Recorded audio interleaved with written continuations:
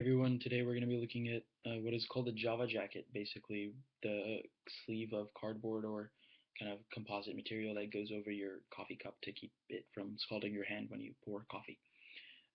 So this week we looked at 9 patents that span 70 years of coffee production, basically.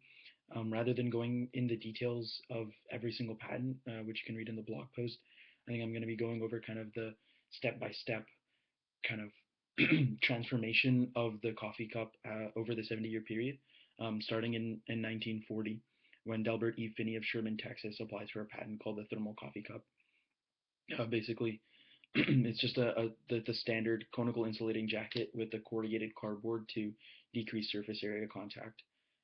This kind of like shape is what further coffee manufacturers use in the next 70 years of coffee making production. Um, we kind of fast forward until 2000, where we really see kind of improved Java jackets. In 1999, James Arthur Rule of Lexington, Virginia, patents sleeve construction for the improved paperboard cup insulation. Basically, instead of having the corrugated cardboard, which is basically 2 pieces of cardboard put next to each other with kind of a zigzag pattern of cardboard in between, he has an air gap. So he actually creates a pocket of air in between the 2 pieces, which allows for insulation. And kind of the first big step forward in technology that we see in the Java jacket systems. Um, and then we see that building on top of these inventions, we all see that these further inventions from then on kind of build on top of each other. So in 2000, Li Ming Tai patents insulated sleeve, which is basically a two-part sleeve in the same conical shape that the 1950 patent or the 1940 patent had. But in this piece, it was 2 pieces, which kind of fit into each other, kind of taking the conical shape and splitting it in half, and allowing you to put it together and increase your insulation capabilities.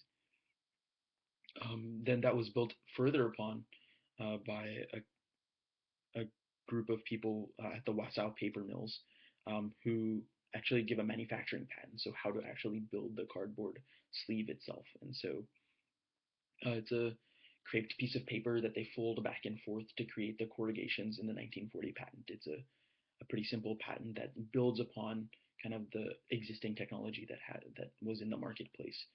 Um, then we go through and we see kind of the more novelty Java jackets. So Kevin R. Prince patents an insulator sleeve for a beverage container, which has a feature-packed kind of conical jacket. In this case, it has a silicon rubber window to look in or place a logo, so you can kind of customize the Java jacket for your specific company if you're giving it out, or make it look fancy if you're giving it to a customer or something like that. And this one is actually reusable, so it's not made out of cardboard, so you can use it over and over again. And then Andrew Raymond Spiegel and Howard Lee Lowenthal kind of take the non-cardboard approach, where they take an elastomeric material or what's known as a rubber or a plastic and make a sleeve out of that and patent that in 2007. Um, and they have ridges so that you can grip it a little bit better. And then in 2007, a company or a husband and wife couple, I should say, Wendy and Donald LaGuardia, patent a cup that basically has a temperature scale on the cup so you can see how hot your coffee is, which is really nice and kind of shows just how much something that was really standard, something that you think of and take advantage of every day, kind of like builds upon each other and people kind of think of new ways to make it a little bit more creative. And then a protective sleeve is patented in 2009 that has a scalloped edge to try to get around other people's patents.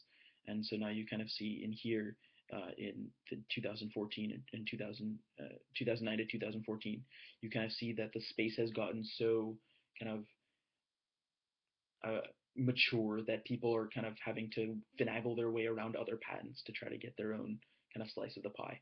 So you can clearly see that it goes from an emerging technology where you have the one first patent to a mature technology over 70 years where people are trying to get really specific about their patents to make sure that they don't infringe on other people. So that's the history of the Java jacket.